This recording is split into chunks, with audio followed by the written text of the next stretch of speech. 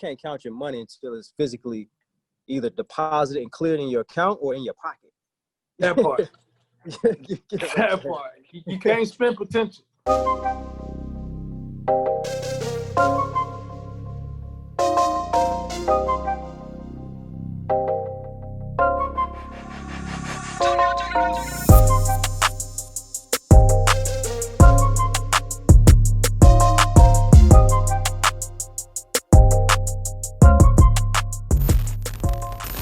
You and your soon-to-be ex-crib? No, I'm in a Florida. Damn, it's pouring down. I'm in Florida right now, Orlando. But we leaving. That's about to be your ex-home. Oh, soon to be ex. Yeah. You right. I am. We out of here. We out. Out of here. East to the west, going to a whole new coast. Yeah, but sure. Let me introduce you first, so we can get into this podcast or whatever. But yeah, bro. No, Antonio Edwards is actually an ex-producer himself, still a producer at heart. So that's not in the forefront of his life anymore. He's still doing beats, but he's been in the industry before. Worked with a few, dope people, Twister, all types of people, man, like that in the industry. And he turned his life over and found a new focus on real estate, and it's been paying him more so than what music was. So I'm bringing him on today. Just to enlighten some of our fellow producers, young guys coming in, because I know how it is. And again, you come in and you get 10 grand this month and nothing for the next 4 months. So it's like you got to really do something smart with your money. You just can't just eat off it or it dwindles down to nothing. So, Antonio Edwards, without further ado, welcome to the show, bro. Hey, Bink, man, it's an honor to be on your podcast, bro. I'm assuming here this is a different topic than your normal episode, so definitely looking forward to dropping some bombs on investing, specifically real estate investing, which it changed my life, man, 11 years ago when I hopped into this side of the business. So yeah, I appreciate it, man. Appreciate it. I mean, like I said, it's totally necessary, because even myself coming in the game first, I had really I was financially illiterate, to be honest with you, just sitting on a bunch of cash, not doing nothing with it. You know what I'm saying? And not even understanding the disadvantage of just letting that shit just sit there and dwindle.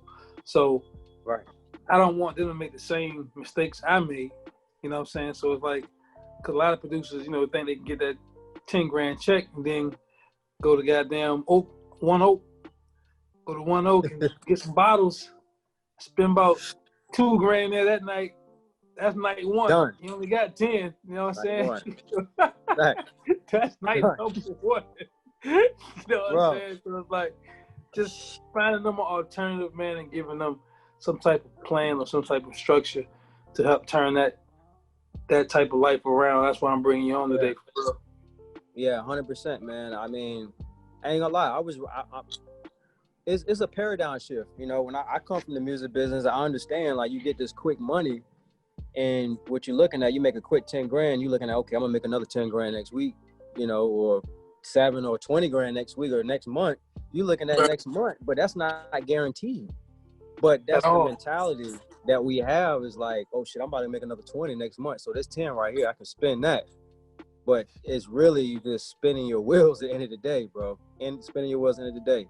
You can't count your money until it's physically either deposited and cleared in your account or in your pocket. That part. That part. You can't spend potential. No, impossible.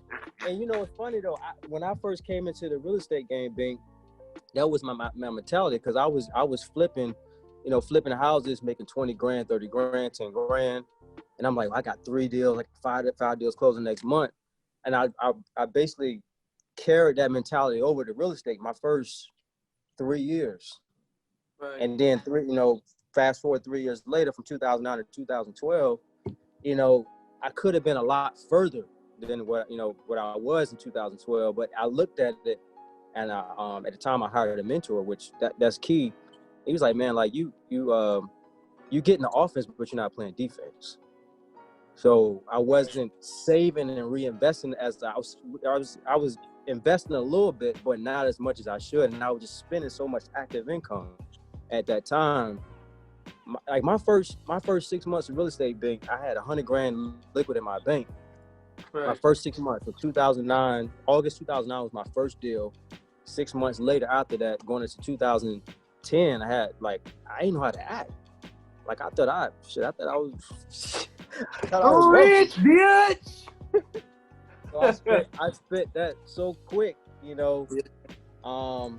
But yeah, I mean, the name of the game, Bink, for people who's watching this is, you know, you'll get the money, you're gonna get the 10 grand, 15, but you want to like place that money into investments where you're gonna gain some passive income. And that's where you're gonna really win at, is through the passive or the residual income. Right. You know, that's key. But that's just words like that or phrases like that go over the average producer head. So it's like, just gotta, you know, break it down in layman terms what passive, Sure. you know, income is. Right. Okay. So basically, to make it simple, because I'm a simple guy myself, like you want to look at, okay, like what type of lifestyle, how much money do you need a month to sustain your lifestyle? Right. Some people live simple. Some people be happy with $3 to $5 grand a month. Right. And that could take care of their mortgage, all their expenses. You know, they live simple. They got a 3-bedroom, 1-bath house. You know, a 2006 Toyota Camry that's paid off. Like that's them. Right. On the flip side, you got somebody who wants to live a more flamboyant lifestyle.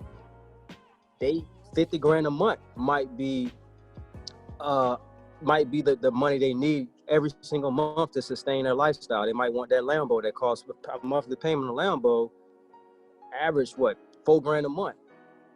You know what I'm saying? So that's $4 grand right there. You want to live in a $10,000 condo in downtown LA, that's 14 grand right there. If you got to add up all your expenses, like realistic, you got to be real with yourself. So if you spending 10 grand a month in the club, popping bottles, fucking hoes, like that's 24 grand right there.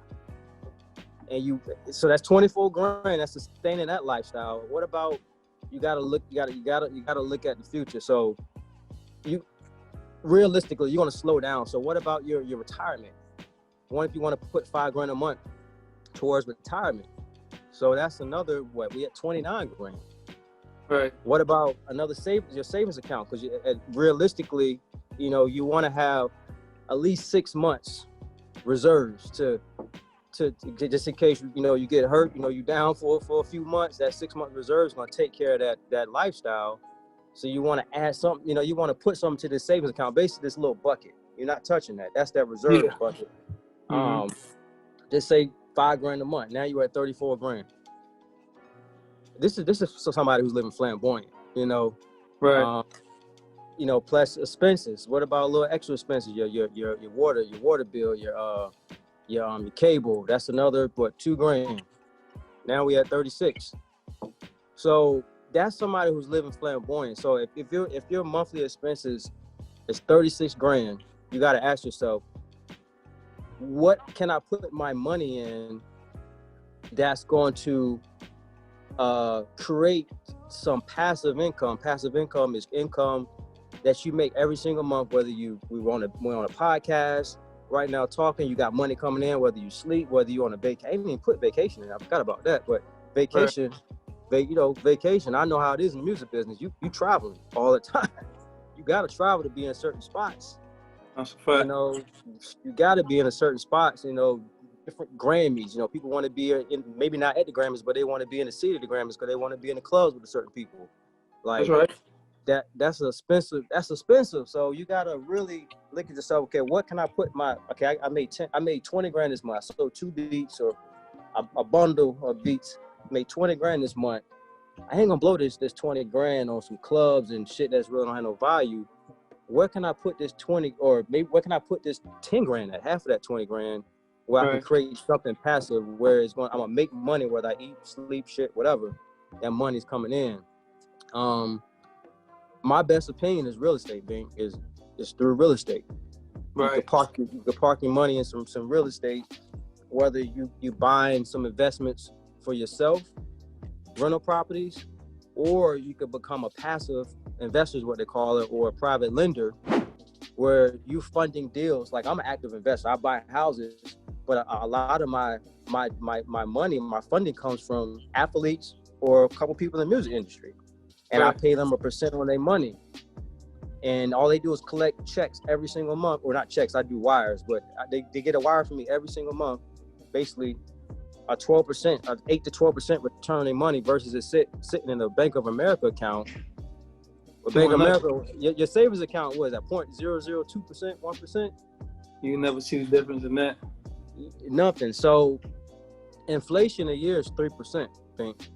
Right. 3%. So if you got your money, let's just use easy number here. So just say if you got your money sitting in Bank of America, you got 100 grand sitting in Bank of America getting 1%. What is that? A year? Is that $100 a year? If that. Yeah, $100 a year. Inflation is 3%. That's $300. So you already lost $200 because it's sitting in the savings account. A lot of people don't look at that. So you gotta, like I always teach this on stage, is like you gotta look at where can I put my money where it's gonna get more than a 3% return. Because right now 3%, if you get a 3% return and inflation's 3%, all you're doing is breaking even on your money every year. You ain't getting no return. So you gotta find a place, a vehicle to put your money at where it's getting more than a 3% return, because inflation is 3%. Right. So I pay my investors on a private lending side 8 to 12%. And for people that's wondering what private lending, also known as a passive investor. So just say I found a deal, Bank, at like, I found a 3-bedroom, 2-bath, single family home I want to keep as a rental property for $100,000, right? Right. I'll call, one of my athlete guys up. I know he got $1.3 million sitting in the savings account collecting dust. Right. He will fund me that deal for $100,000. I'll pay him an 8 to 12% money, just say 10% on his money. And every month I'm wiring him money, 10% of his money throughout the course of that funding. He don't do anything. All he is in this case is just the bank. He's funding that deal. He gets to secure his money as a private lender or passive investor. He gets lender title insurance, so just in case that house blew up, he's taken care of. He also gets a promissory note. Promissory note basically is all the terms that we agreed upon. 10%, 5 years. That's I borrow for 5 years. 10%. That's in a promissory note, and he also gets a deed of trust. So if I default on the payments, that deed of trust gives him the power to take the house back from me, like he was a bank. So it keeps both parties honest. That's why I love real estate, because I tell everybody this, man, like,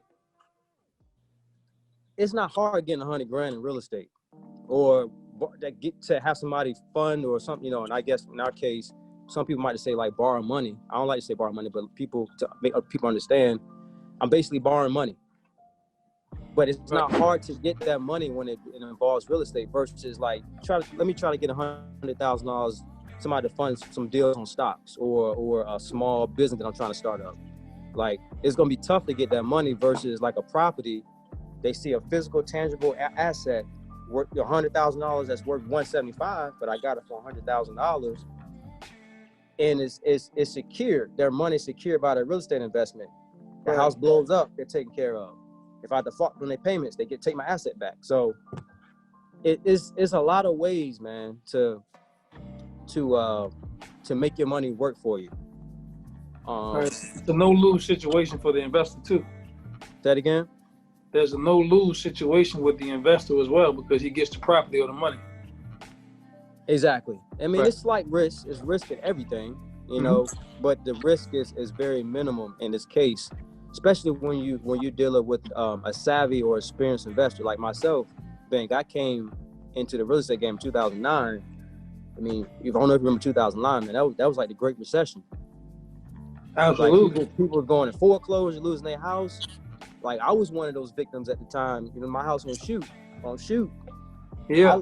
They approved. I was driving trucks. I was making $23,000 a year, and that loan on that property was $140,000. I was paying $1,100 a month, making $23,000 a year. You do the numbers on that, man. Like, shh. So tight. So I ended up going to foreclosure. I couldn't afford that shit. I couldn't afford that. So that's why the market crashed in 2009, because it was giving out loans to people like me that really couldn't afford it. Was it interest only? I was lucky it wasn't interest only, but I mean, I was making 23 grand a year on $1,100 loan a month. That was tough. That was tough. Nigga ribs was touching. Yeah. So, man. So that time, this was 2007, by the way. This was 2007 when I got approved for that loan. That was like right before the crash. When I say people listening to this, when I say right before the crash, that means this was like a bad market where a lot of people was going into foreclosures, people was losing their businesses. I mean, just look at the movie. Check out the movie called The Big Short. You ever seen that movie, Bink? No, you told me about it before. I got to check that out. The Big Short. Yeah, that movie is classic. It literally talks about what that market was, or what that time was in the 2007, and then when the market crashed in 2008, 2009. So the Michael Moore movie Capitalism is covering the same shit. So those are two great movies to catch up on. You know what I'm saying? Right. Because they broke it down to, you know, the derivatives, because the derivatives was controlling what the interest rate was with the mortgages. You see what I'm saying? So they will fluctuate. Yeah. They will fluctuate in derivatives like at will, basically. That's some white collar shit. That's some red tape. Exactly. So the interest only loan, like you said, was the setup, the ultimate, because you end up reselling that house 5-10 times because somebody come in, you get $10,000 down payment, start paying their payments, the payment get too high, they fall out. Next, come in, you know what I'm saying? Same thing over and over again. So they were just talking about that. You know, that was the setup. It was set up for you to fail. You know what I'm saying? When we was talking the other day, you said Michael Moore. I looked him up. He did the Fahrenheit 9/11 joint. Absolutely. I mean, his first one was bowling for Columbine, when he talked about the dudes that shot the school up. The first time the school got shot up, he was the one who did that movie. That's crazy. That was his baby. That was the first one, and then he's just been going nuts ever since. But he's super informative. He doesn't just talk at you. He gives you paperwork and, you know what I'm saying, legislation and everything to back what he's saying to you. So you're not just saying, "Oh, that shit ain't true," or "That ain't," no, he put it right up on you, you know, right in your face. You can get it. But that's crazy. Yeah, but I gotta watch The Big Short. But at the end of the day, I'm just trying to figure out, you know what I'm saying, just some type of idea for these dudes. Like I said, like, should they team up with somebody else, put their money together? You know what I'm saying? What kind of situation you think they should shoot for? You know what I'm saying? Like a flip or a renovation? Like, you know what I'm saying? Like, which one? Well, I'm just putting myself in their shoes as if I was still active in the music industry. You know, like you know, your studio all the time. Like going into when I say a flip, like a rehab, I wouldn't do it if I was full-time in the music industry, because you still gotta manage that rehab with contractors. You know what I'm saying? It's an active thing. Now, if you do go into a rehab, I will partner up with an investor that's active, and you can just be on the money side, and he will manage it, and y'all split the deal 50-50, or however you agree to that split. Just be the money person. I'll just be the money guy. But going back to the rental side, a lot of people don't know this, but you can get bank financing up to 10 investment properties if you got good credit. So I don't know people that's watching this or listening to this, but if you got good credit, I would say around a 660 or above, and you can show tax returns of income. And I'm assuming these, a lot of these producers got reserves. If they got 10 grand in the bank, that's some reserves in the bank. Right. You can get potentially approved for bank financing up to 10 properties with bank financing. And if you don't know, bank, like right now is an all-time low interest rates for banks. It's like between 2.5% to 3% interest rate. That's crazy. Right. It's crazy. So you could buy a rental property at, just say 3%, 30 years. Just say on a $60,000 investment, 3%, 30 years. That's, if I took a wild guess, including your all-in payment, that's probably about $500 a month, maybe a little cheaper than that. And to just say if the rents in that area are going for $1,100 a month. You paying your mortgage $500, your rent's $1,100. That's $600 a month in cash flow. Right. You get 10 of those times 10. That's $6,000 a month right there in cash flow. That's not including it, because as investors, we're not buying the retail price. If I got it for 60, that means it's worth 130, 120, 150. Right. Well, now I'm sitting on some equity on paper.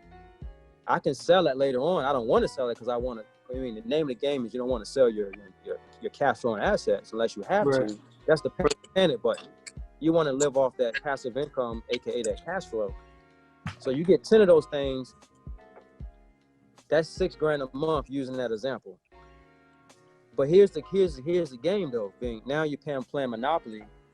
So what you can do is just say you got 10 of those. They all got some equity in them. Just say $60,000. You bought them all $60,000 a piece. They all worth $140 a piece, right? Right. They all your loans on them $500 a piece, but you rent them out $1,100 a piece. That's $600 a month times 10. That's $6,000. One, if you wanted to buy some more properties, you can refi cash out. You can refi on those loans. Just say you took one out. So just say on one of your $60,000 investments, you go back to the bank and took out $50,000. That's so 60 plus 50. That's what, 110. Right. So now you took out. Now you got $110,000 on a loan because you took out $50,000. But what you do with that $50,000, you go buy another property. Right. That's what the white man does. All you're doing is playing Monopoly with the money.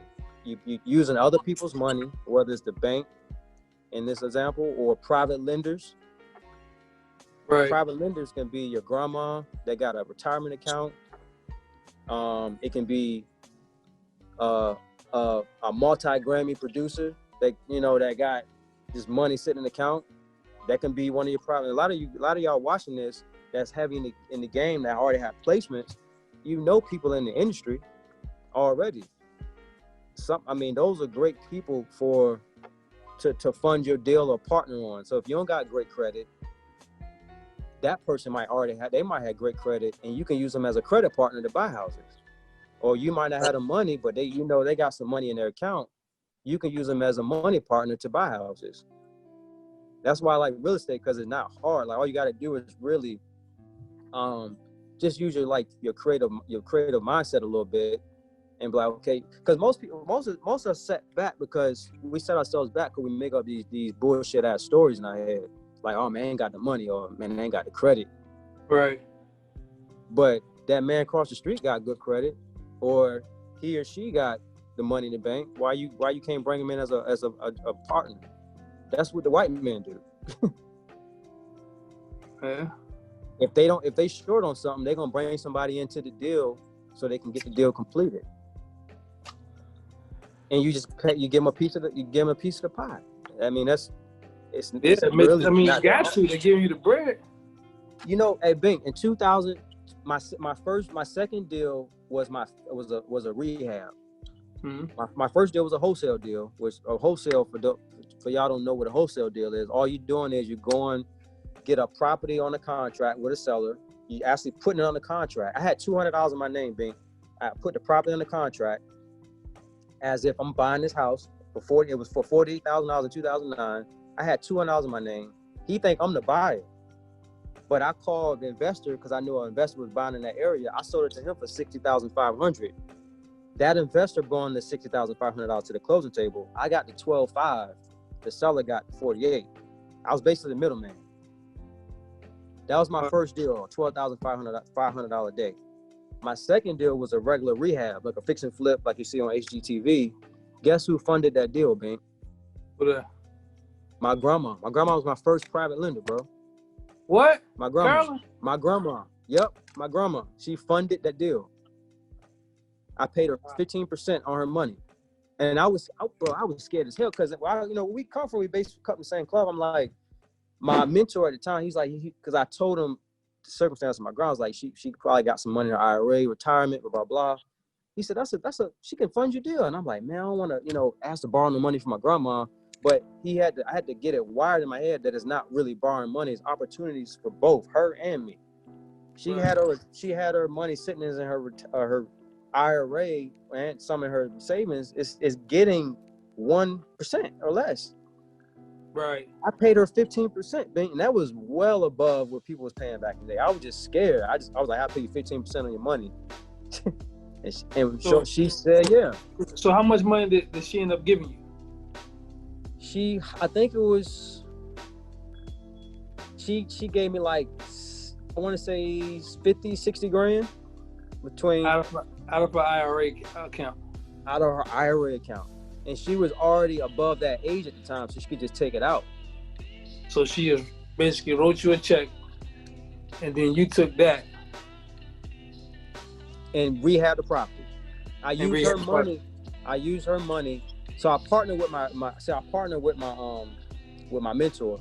He came in with some cash, and he was like, Tony, if you're trying to come into this deal, I mean, either you can wholesale it to me and I can stroke you a quick $3,000 check, which I was like, I'll take that, but I want to go into this fix and flip because I want to learn the ropes of how to rehab a house. He said, well, if you're going to do that, you try to find some money. And I told him about my grandma. He's like,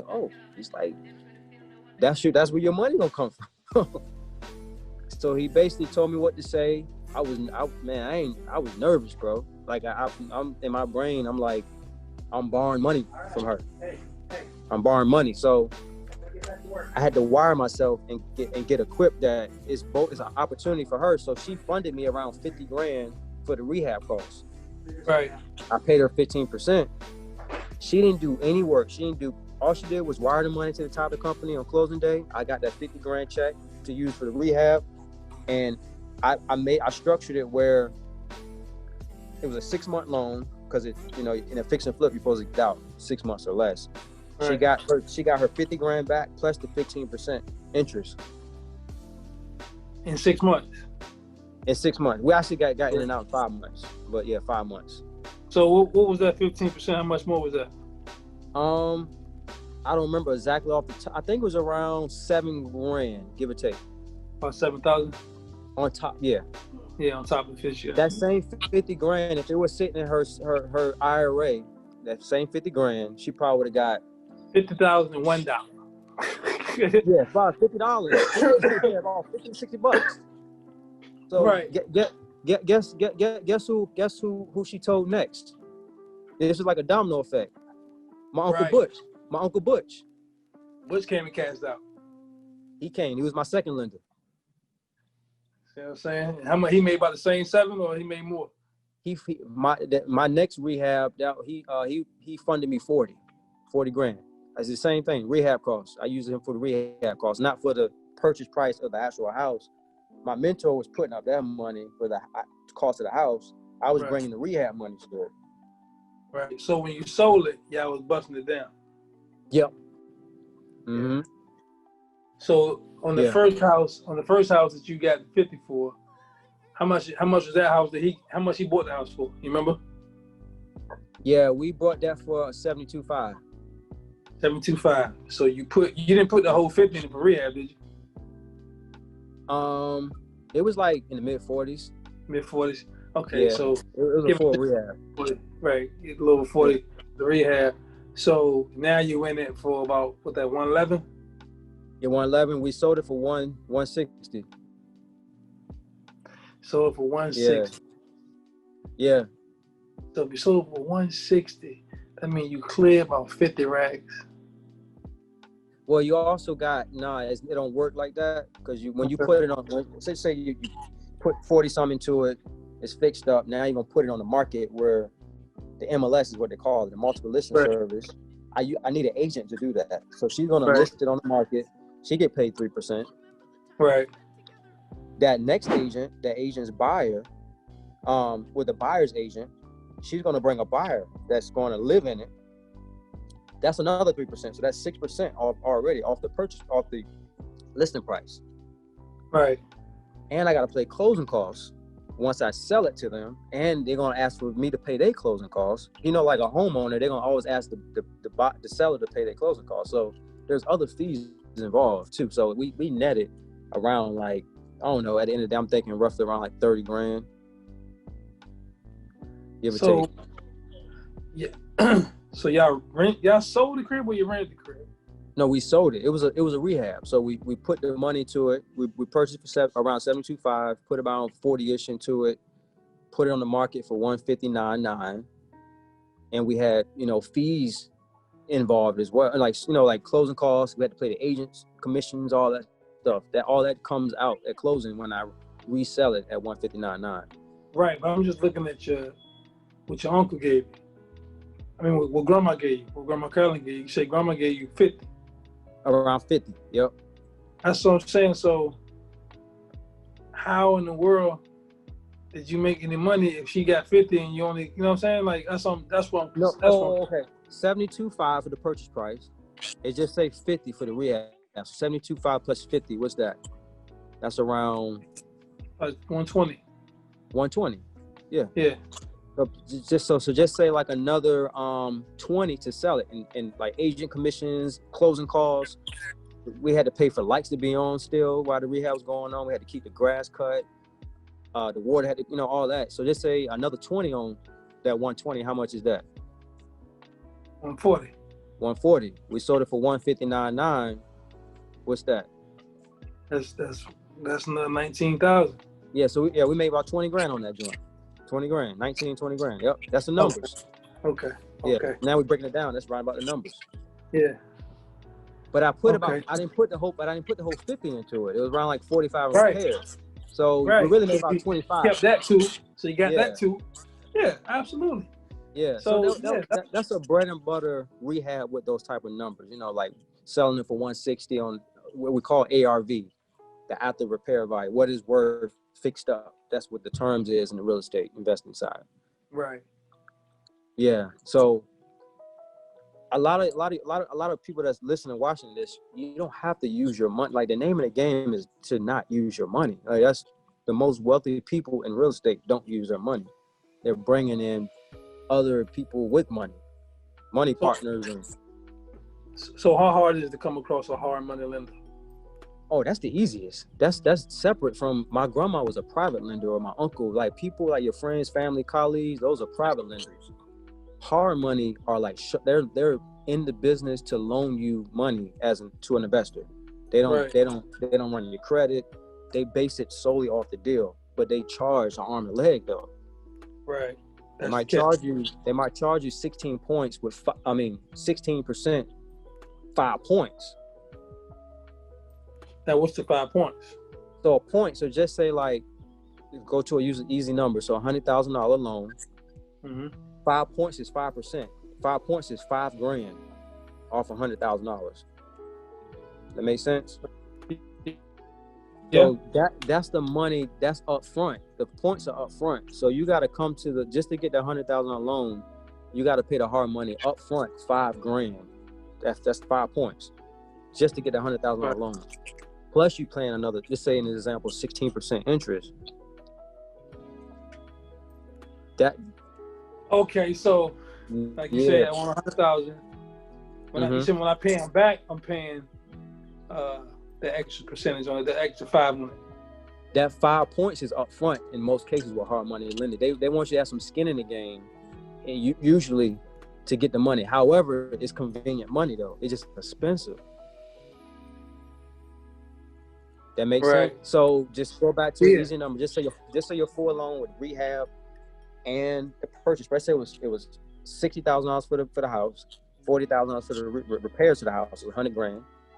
Mm-hmm. They're gonna charge you 5 points to that $100 grand up front. So that means the day of closing to buy the house, they're gonna wire $100,000, but you gotta come to them with $5,000 to the closing table just to get that $100,000. So you really get 95 grand in a nutshell. Right.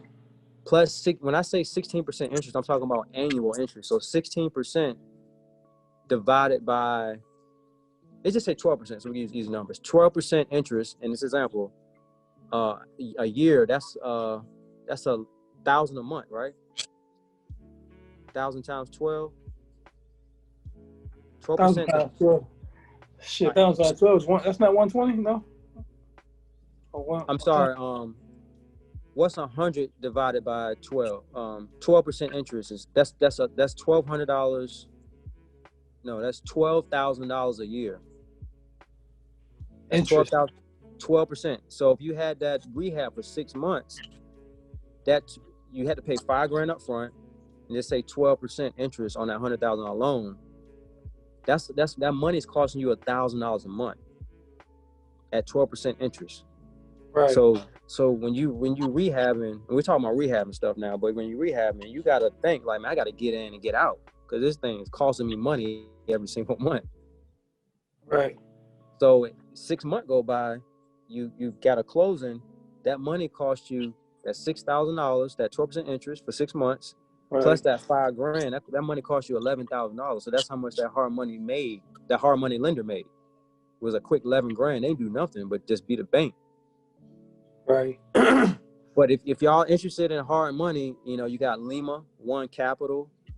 Again, like they base it off the deal. They don't really base it off you. They base it off like the deal because they know they can take the house back. They base it off the numbers. So, but that's just the money for the rehab. Now, how do they go about locking down the property without having no money? And I know you got a remedy for that too. You gotta figure, like, when we're talking about real estate, specifically in a single family. When I say single family, 1 to 4 units is considered single family. Like even a fourplex, that's a residential, the residential side of things. Okay. 99% of these times, when you buying property in the residential side, the homeowners don't have any type of education on real estate investing. So, and it took me a while to wrap it around my brain because my first deal I had $200 in my name, no experience. I'm going into this house and I'm scared to make an offer on a low ball offer. You know what I mean? He's asking, he's asking $80,000. I'm getting it for $48,000 on the contract. Like my heart beating fast because I'm thinking we can. I don't know. I was just nervous because I had no experience of negotiating, but most of these people don't have any education. Being like, they don't know what their house is really worth. They don't. They just know they about to get $48,000 cash. That's all they know. And secondly, an average person, just say your aunt. You know what I mean? Your auntie in this case. That's somebody going to her house to make a cash offer. She not asking like, hey, let me see your bank statement. Right. That's that part. Like they don't know what you got in your account. They just think like, hey, this investor buyer that I called, I saw his We Buy Houses bandit sign on the street. I'm thinking it's a huge corporation. So it's all you got to do is lock the property up on the contract. If y'all watching this, you find a deal. All you got to do is get it on the contract as a buyer. In that contract, you have an assignment clause.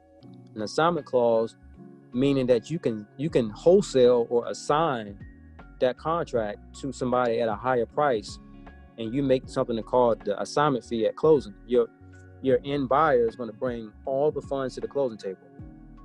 So you have the option. You can buy it, you can close it and rehab it or keep it as a rental yourself. But that assignment clause gives you an option to like, you know what? I can't come up with the money in this 30 days. Let me go wholesale at the bank real quick. I got it for 50. I know he's gonna buy it for 60. I can make that $10,000 doing nothing, get in, get out. Right. That's a wholesale deal. With no money. No money. That's what a lot of people are doing right now. But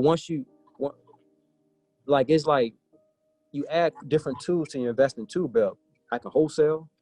I can keep it as a rental. I can be a private lender and just be lending money. I can do a fix and flip. There's so many ways, and that's just a few ways. I can keep going. I'm not trying to get super duper deep because I want to keep it simple. But those are some 4 quick ways to make money in real estate.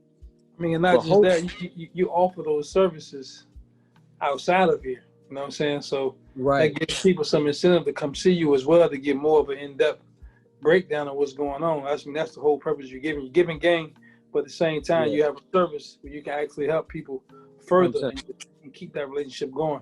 staying in their ear. So I want people to understand. Whoever's watching, I want you to understand that too. Just most definitely reach out to him and try to just lock in. You know, start putting your money to some good use rather than just, you know, because it's always scary to go into a venture you don't know a lot about.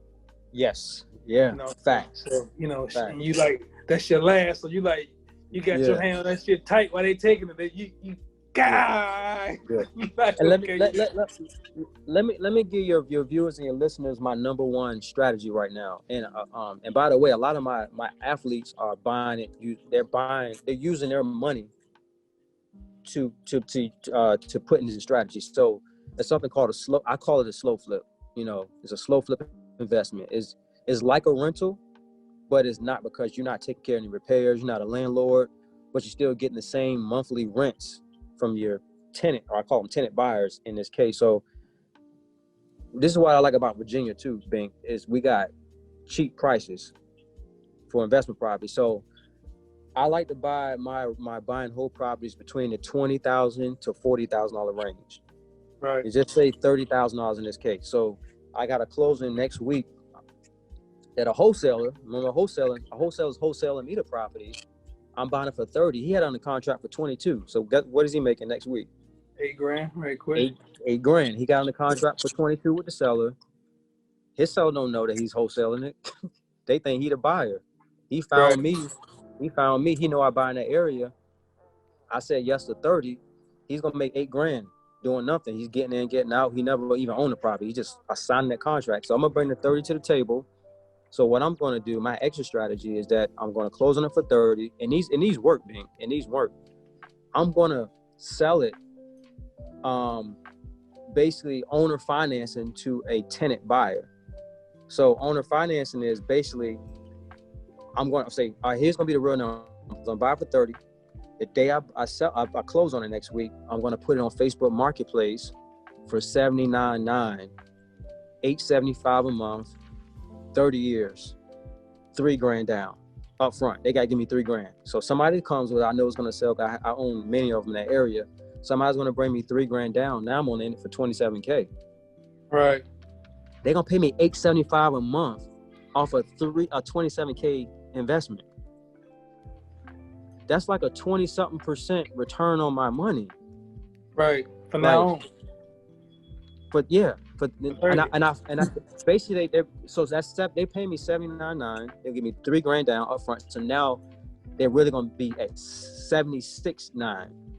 But I'm financing them on paper $76.9 for 30 years. So that it's going to be interest. They have to pay me interest. Like, it's just like you go to the bank and you get financing. If you got to get a loan or property, they pay you got to pay them 3% interest for 30 years. I'm charging my tenant buyer around the average 12% interest that they got to pay on that $76.9 loan. Right. And they pay me $875 a month for 30 years. Like, I'm basically getting my $27,000 back in 3-4 years. So you already getting paid back in full for the house. Everything else is in the green. In the green. That's my buy and hold, and I like them sweet spot prices. I'm 30 grand, 20 to 40 grand houses in that range, because the cash flow is amazing, and my return, my cash from cash return is 20 to 25%. Inflation is 3%. Remember, I said earlier, inflation is 3%. I'm getting 20 to 25% average on each of those slow flip investment properties. That's well above 3%. So I'm cleaning up. So I teach that to a lot of people, and I got a lot of athletes right now buying our Virginia market right now because they love that strategy, because they playing football or doing wrestling or whatever the case may be. Like, they all, we all want to, like, are interested in owning some type of investment property, but you don't want that leaky toilet call. Like, I don't like that leaky toilet call, because I don't want to be a landlord. Right. But with this strategy, I put it in our paperwork that they are responsible for 100% of every repair. So they're going into this house that needs work. They're going to do the work themselves. And they still pay me $875 a month.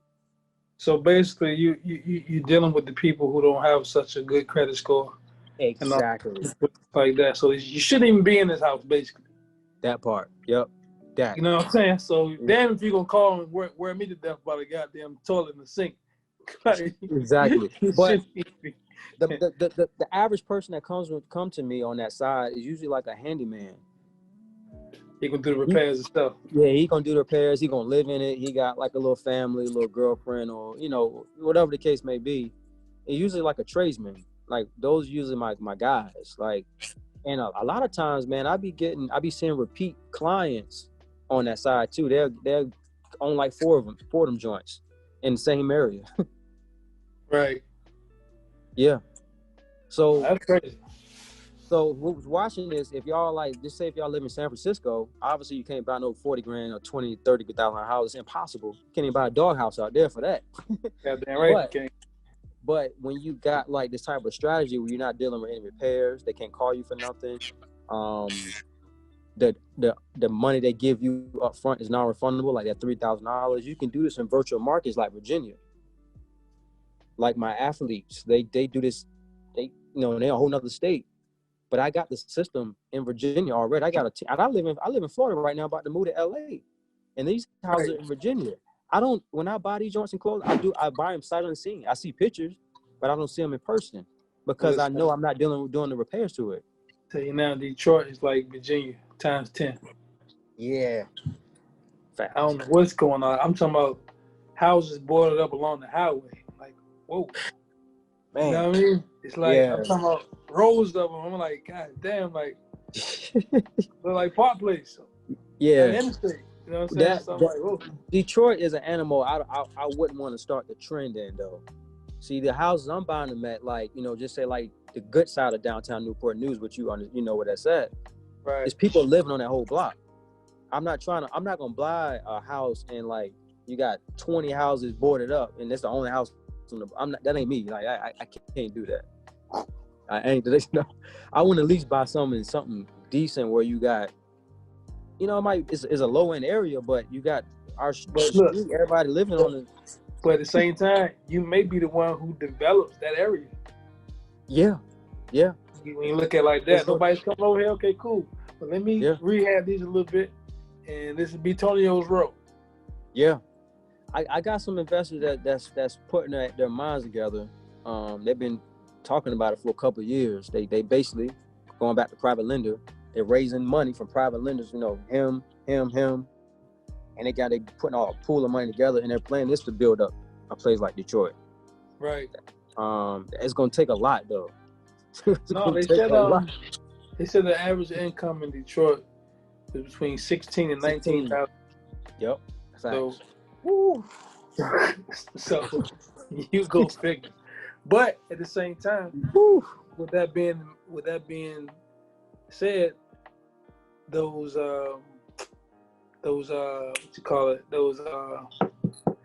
container houses would be ideal for them. Yeah, we was talking about it a while back. You put me on. Yeah, that's to make a community of them joints. Yeah, that's ideal. That's a play right there. That's a good play. Absolutely, because like shit, 16, 19,000. Because the crazy thing is, I seen a documentary on Donald Trump's father. It was Donald Trump. They spoke about his father, and they were saying that he got into the real estate game right during the Vietnam War. So he was like, he thought to himself, like, damn, this war over, or about to be over. You're gonna have all these military guys coming home with a bunch of money, and let's just say the average check they coming home with is 30 grand, 25,000. He just built houses all in that area so they could afford. Wow. He didn't do nothing beyond that. You know what I'm saying? That's crazy. So when they came home, he racked up.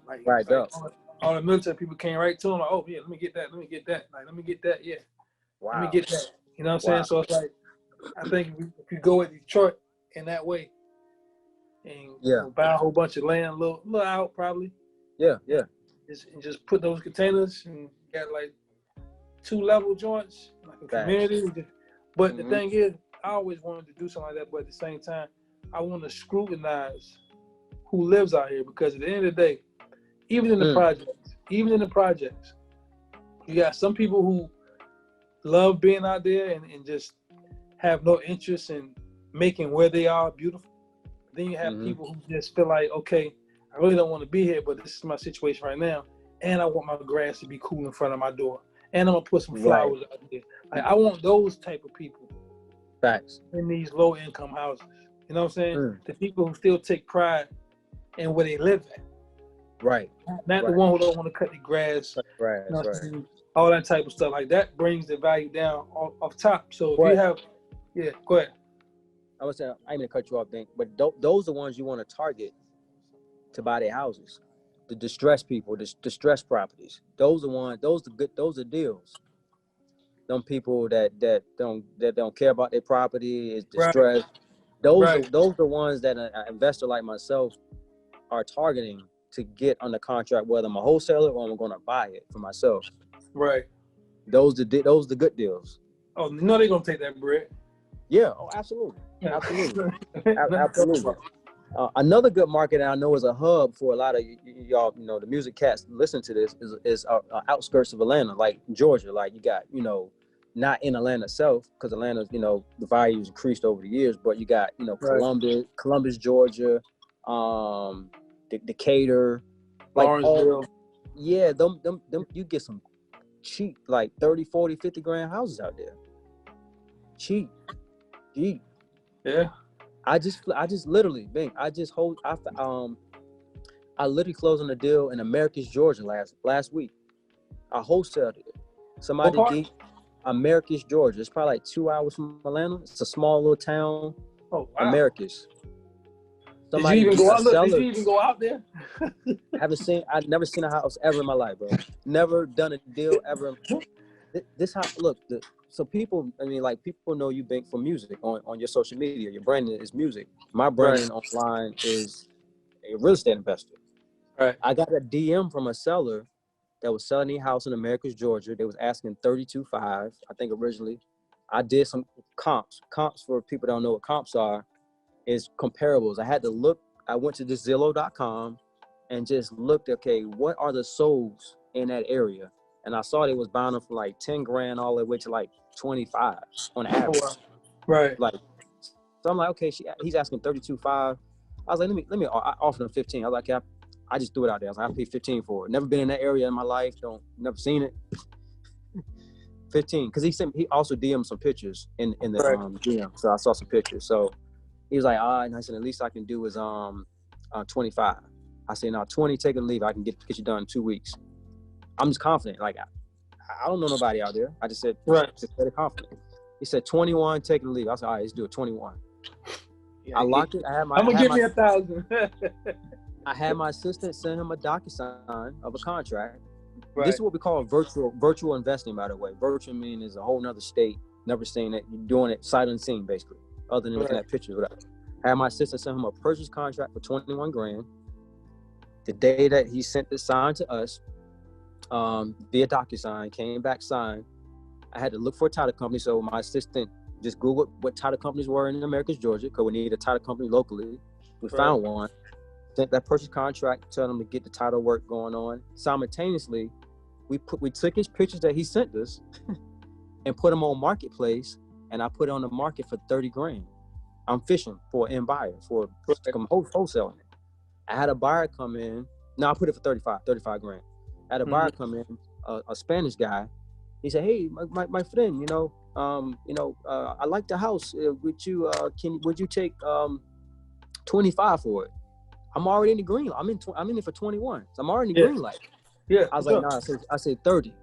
So he went to go check it out. The exterior, it was vacant. You know, I think it was like the door was unlocked or something like that. It was one of them distressed properties.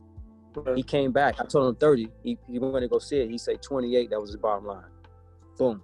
Made us. I had a 7 grand deal. Check this out. So a few days before closing, and this is like a shark little tip here. I had my assistant call the sellers like, "Hey, we got good news and we got bad news. I'm already in it for 7 grand profit." Right. We got a closing coming up Monday. However, we can get it closed on Monday. That's the good news. The bad news is that we need to come down on price. It was a little bit more extensive repairs than what we needed. We need to be at 15 grand. I'm just trying to increase my profit. That part. Investors do that all the time. So I'm already at 7 grand, so I'm trying to increase it from 7 to 12 grand. I'm going down to 15. No, Mm-hmm. 7 to 13 grand. So he came back. He said, at least because I was in it for 21. He said, let's meet halfway. You're already on the contract for 21. You're trying to be 15. Let's meet halfway, 18. I said, yes. So now I increased it. It went from 7 grand wholesale deal fee to 10 grand. Right. So I made a 10 grand wholesale deal last week. Today, we just locked another property up in that same area for 15 grand. And I got a buyer at 23. And these are wholesale deals, no money, no. I'm not buying a house. I'm just flipping the contract. Once I get under the contract, I'm wholesaling. And how you find these deals, I know people are like, damn, how you find these deals? We use text campaigns. Texting, like texting. So Yeah. we'll get a list of homeowners in that area. We just say a list of homeowners, a list of vacant properties in that area. And we'll skip trace, meaning that we use batchskiptracing.com, meaning we'll get the phone number. We'll get that list. We'll use batchskiptracing.com. That service provides us the numbers to the homeowners on that list. And we'll upload that list to a text service called textmagic.com. And we send out text campaigns that, hey, my name is Bink. I would like to buy your property at 123 Main Street. I got cash. Would you like to sell it? Right. We use text campaigns to lock these deals up. It's 4 cents a text, Bink. 4 cents. That's like going door to door. That's like a door to door situation right there. Oh, but on steroids. Well, yeah, exactly. On steroids. Going right through his pocket. Bro, we getting deals from text. From texting, can't like we're not looking at these houses. We're just people are negotiating on text because everybody's on their phone. That's a fact. So if I had just say if I had $400, that's gonna reach out to 4,000 people. That's 4 cents a text. Right. Somebody on this, most people is watching got $400 in their account. I mean, if you Absolutely. Where I get my list, AntonioPropertyData.com. That's where you get your list. It's a 7-day free trial. You get a list of like people that's on the foreclosure. You get a list of people that are vacant property. All you gotta do is plug in Atlanta, Georgia. You plug in any state, bro. Listen, I went online 2 weeks ago, just inquired about some dental insurance. Yeah.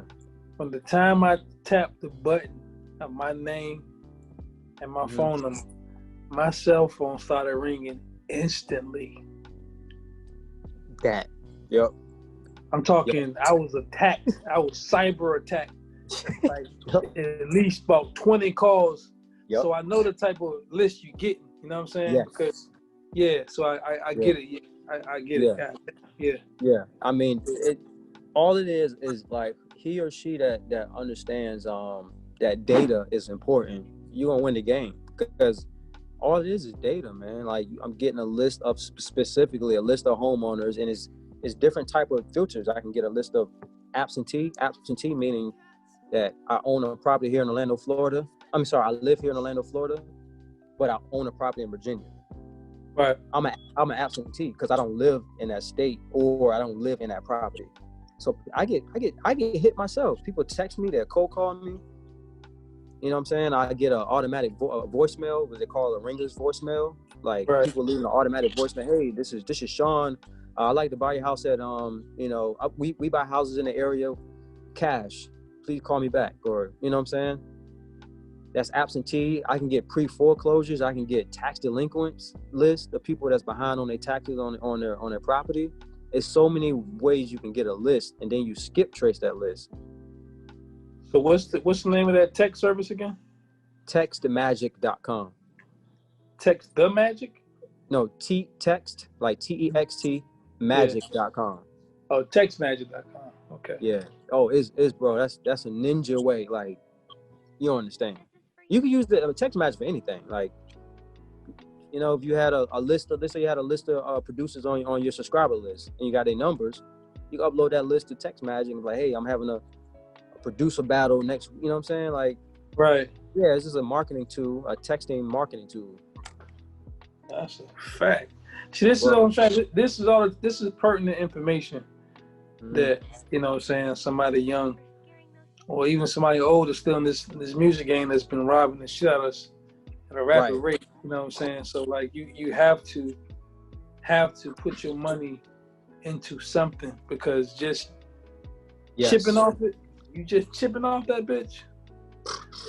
Every time you go to the ATM and get a receipt, you start getting nervous as a mother. Like, God damn, bro. Yeah. Yeah, like, man. That's why it's important to have that cash flow, that passive income. You know, that's almost damn near guaranteed coming in every month. I mean, I know some of y'all got royalties, but I know now the that's royalties kind gone. of wiped out. That's gone. That's really listen. That's damn it. Listen, man. Mechanical royalties was another way to eat besides your publishing. Now, mechanical royalties, we basically traded in mechanical royalties so they can make money off the streams. Streaming, so that fucked everything up. No, so they can make money off the streams, not us. I mean, it fucked everything up for you, for the producer for the creative, the artists all across the board, for all the creators across the board.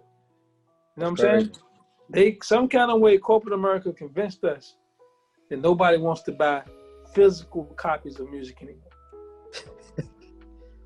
So I never looked at how the FCC and the government correlates. I never seen I always knew the FCC was from government shit, but I never knew that Donald Trump was gonna be the one to sign some shit about the streaming rates and shit. You know what I mean? Like, yeah, it's just tied into that. So who runs the car industry?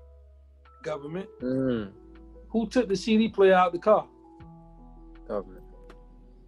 Damn. So once you took the CD out the car, that pretty much put the CD where the vinyl was. Oh, you know what I'm saying? I didn't know think of that. So it's easier to convince us that no, that's old school. I ain't buying that shit no more. I want no CDs. But meanwhile, they making billions from subscriptions. You see what I'm saying? So they talked us into giving them our content for nothing. Imagine people gave you houses to sell. They just crazy. gave you the house to sell, and you gave them the little the percentage. You know what I'm saying? You get them a percentage just to every month. They give you a $400,000 house. They give you a $400,000 house for free, basically. And you send them $60,000 a month. Nah, that's crazy. Right? So that's why crazy. I told you. For every million spends on Spotify, it's like 4,300 on Spotify for the master holder. Right. And if you sign to a label, then that master holder is the label. The artist gets 10% of the 4,300. So it's like $400. Right. You know what I'm saying? Right. That's that great. You got for a million spent. Right. Meanwhile, if you sold 1 million records back in the day, people was getting 10 cents a record. Yeah. Even though that was super, super disrespectful, because once cops came in the picture, people was getting $5 to $7 a record. Damn, for real? People like Shorty Low, Jim Jones, wow. You know what I'm saying? They all, when he did that that shit. That was cops. So he was getting $5 a record. Wow. You see what I'm saying? See, people like Nipsey and Tech Nine, like, they own their masters. So it's different when you pushing your shit and it's your music. Facts. That 4,000 a million was like, okay, cool, that's mine.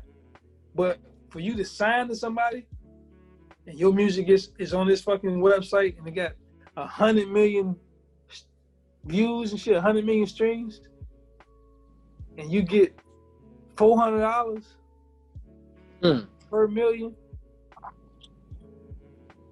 So what's that, like 400? That's like 400 racks or 40 racks? About 40 racks? That's probably about 40 racks. 40 racks. For 100 million? Come on, man. Like, that's. I mean, we're talking about like, those are Beyonce type streaming. Like, you gotta have some on that, like a Dua Lipa or a pop star. Like, you gotta have that count to get them streams at that number. Like, That's why So I it's like, said, so when people I got was like 2 million, 3 million streams. That ain't nothing, basically. That ain't shit. what? I mean, you like, okay, let's just do this. Okay, let's just 2 million. So you got about $800 from each joint, like maybe from Amazon, from Tidal, because Tidal pay more than Spotify does. You know what I'm Okay. saying? Then you got Apple, so you're getting them from every platform, but it's still minimal. Considering That's crazy, bro. it's That's nuts. crazy. So that's why I say they convinced us that nobody is interested in buying physical property of music. This is why it's important to have a brand, and I'm gonna drop, some, because I do internet marketing. I teach people online how to flip houses. That's a whole nother stream of income for me. But Right. I provide value, and I sell that value. I give free value, but when you give free value, people want to buy into you more. It's the same with you, Bink, and the producers or artists who's watching it, especially if you already got some placements. I don't care if you ain't making money on the music side. Use that as a brand so you can come up with a $97 a month membership to get into your Facebook private group where you can show them how to make a beat. Like, the people that want to watch you make a beat, Bink? Like, that's 97. You know how much people you would get in a membership site? You leaving money on the table, bro. Like, on this internet, bro. This is a whole nother. This is outside real estate. This is probably some quicker money for y'all. You know how easy that you can get to say, what's 500 people times 97 a month? I can't. Yeah, it's probably about 4,500 or 45,000 when it's 22. Because 9 times 5 is 45. It's $5,000 a month. I think it's $5,000 a month. I think 5. So 100 500? 500 people times 97 a month. Yeah, so that's like damn near $100 a person. Yeah, $100. So 100 times 500 people. $100 a month times 500 people. What's that? Okay, that's fine. I guess that's fine, right? That's $5,000 that come into your $97 a month private Facebook group. But you're gonna provide value. You're gonna show them behind the scenes of what Bink doing with the samples. I know you might be, against that, but you should be doing that though, for these private people. And then within that private, you're gonna upsell them because you provided so much value. You're gonna charge them $1,000 to come see you in person, make a beat. That's money. That's a whole different. You understand, man? That's easy money. Yeah, that's easy. And I'm talking 97 is cheap. I think Nip did that one time for $10,000. You come to Cali, ride around with him in the car. Oh, do you understand? Like, man, like I don't think a lot of producers or people in the music industry do that. But I come from that side where, it's so much opportunity with the internet, and I can help you get that shit. You can have like you can do like a 10. You can have like a $97 a month membership program, but they also get say 10 modules in this little membership, this course area. But with that, monthly they get a private Facebook group coaching. Right. You know what I'm saying? Like, people look up to you, like you have fans, so they would love to be a part of that. You get what I'm saying? Like, yeah, I'm definitely leaving money on the table. That's how much. That's easy money for you, bro. I'm 500 people. That's low. I mean, we ain't talking about 1,000. That's $10,000 a month. You can get 1,000 people in that thing, and I'm not including the upsells. Like, okay, so you got this 97. I'm gonna just give you like how a course works. You offer a $97 program, like we talked about. They buy that $97. Now they go into the second page called an upsell. Okay, how would you like to get my snares? You know what I'm saying? Thank you for buying the Bink all-in course, whatever the case. I know you anxious and ready to get to this $97 program, but how would you like to buy my snares and my kicks for only $47, a one-time offer? Boom, now you just might as well the upsell. They buy that, now they go to a second upsell. Now you offer them something like that. That Stripe account, bro, they be coming in. That's easy money. Like, you can whip that up, and like, if you're serious, like the next 45 days, you can have this project completed. Like, that's easy money, bro. We need to talk about that off camera. Yeah, but people watching this too, they can do this, especially if you got placements already. Like if people know that, and you showing off that plaque of you part of this number one billboard, which you ain't getting paid for, but that's branding. That's gonna help out for the $97 program. Right. That's gonna sell your $97 program. Like I promise you. No, like I said, I agree with you. I definitely I'm leaving money on the table. That's for sure. Easy money, like that's easy. That's you understand. That's like, the passive income. That's the passive income right there. That's passive income. That's that internet. We call it that Wi-Fi money. That's that Wi-Fi money, bro. Wi-Fi money. That money come in like clockwork on the side, man. I use some of that money to buy houses cash sometimes. Yeah, so that's what I can attach that to the merch. Merch, that's boom. You could. Speaking of which, attach that to the merch. I need one of them pieces of merch is there, bro. Not you need a shirt, hat. Yeah, we got all that. We got wristbands. You know what I'm saying? Yeah. About Letterman jackets, the whole shit. And what you've been, I know you don't really disclose on like, especially, you don't really disclose you making beats. Imagine you did that shit in a private group though. Doesn't make it even more valuable. You might sell your shit at $297 a month. Yeah, I definitely wouldn't do it on some YouTube. Hey, this is how I did that with New Dress. Like, yeah, right, okay. Bro, you can hit that when you selling the program, like, to get people to get you, be like, you know what, I'm gonna show you how I did Devil New Dress. That right there, they're like, oh, I'm sold. Let me go get this pro. You know what I'm saying? Because you don't show that online, like for free. Man, that's nuts. That's nuts. Well, shit, man, we got down. We covered a whole lot of ground, bro. Like, I'm excited about this episode just for the simple fact that it's food for thought. You know what I'm saying? It's not just talking shop. Like, we talking shit to help, bring value to your livelihood. You know what I'm saying? This is survival shit. You know what I'm saying? This is some real survival shit right here for these young dudes. Like I say, nobody really knows what to do with 7,000, 10,000. Like, they don't know what to do with it. You know what I'm saying? Like, because a lot of times you're waiting so long for it, it's spent by the time you get it. You know what I'm saying? So that's, but at the end of the day, it's like, fuck it. We already broke. Then I'm still gonna owe people. I'm take that 7, put it over here, and at least something will start coming back. Eventually, you know what I'm saying? But if I just keep taking the 7, here you go, Gapco, here you go, AT&T, here you go, that's back to square one again. Right. So if we're gonna go homeless, let's go homeless because we put an investment in. You know what I'm saying? Right. We will sleep in the fucking car for a month, whatever the fuck. Well, at least we know the next 2 months we're gonna have $2,000 coming in a month. But keep in mind too, like the people watching this, it don't have to be your money. The name of the game is OPM, other people's money. Right.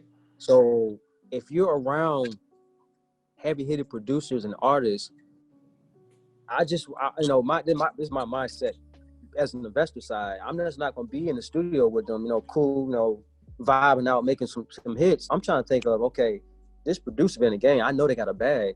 I'm trying to find a way where I can partner with them. They could be the money person. They could be you're already around the Rolodex. Yeah. In some cases. That's a fact. Some people, like some of them people, you Bink and people watching or listening to this already have the private lenders that don't even know it in the music industry. There's some people in the music industry with a bag for sure. Oh, absolutely. That's a fact. Yeah, those are the investors. Those are your lenders. If you don't have your own money to do this, which I don't advise you, always use other people's money if you can do that. As OPM. Well, shit, like I said, man, we gave them some game, and we gave them a lot without giving them everything. So make sure you give people your social media again before we get up off of here and give you the opportunity. 100%. I'm saying, go ahead and plug it. Yeah, you can follow me on IG. Just go and tag in Antonio _ the letter J _ Edwards. I got a free book too, man. They can just go to AntonioEdwards.com. You can grab my free book, how to invest in real estate, using none of your money out of pocket. But yeah, just follow me on IG. You could whoever watching this, send me a DM. Tell them, just let me know you was on the Bink podcast. You was listening to the podcast, and I'll reach back for sure. another thing. It's not somebody I just met. Also, I've been knowing this guy since he was a baby, like literally. Facts. I'm saying we Facts. come from church. We're both from Norfolk, Virginia, so it's an honor to bring you up here, like for real. Yeah, I appreciate it. It's an honor, man, to be on here. Like I said, you know, I know it's a different episode for most of your listeners. I want to leave on one last thing too, Bink. I think it's very important is if you don't have one already, put this on your to-do list is to get a self-directed Roth IRA. For you producers out there, that's especially you making some consistent, decent income, you know, that's where you're gonna really build wealth because you can put money into your IRA, your self-directed Roth IRA tax-free. Right. And when I'm doing real estate deals, some of my deals that I close, Bink, those go into my IRA tax-free.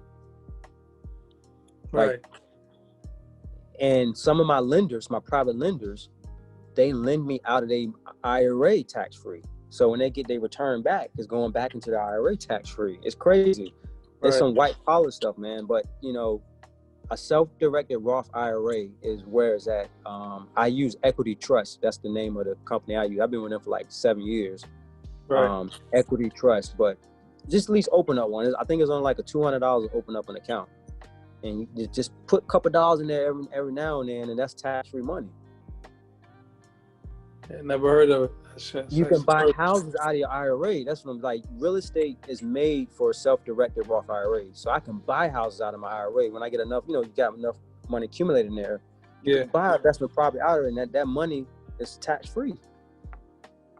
No, that's super game. Yep. So I'll leave him with that. Yeah, well, like I said, appreciate you coming on, Antonio. Yeah, I mean, later we can talk about this subscriber situation. Yeah, that's exciting play for you, bro. Like that's a given. That's a given. Exactly. Bro. I'll meet you later. All right, my dog, bro. All right, yeah. All right.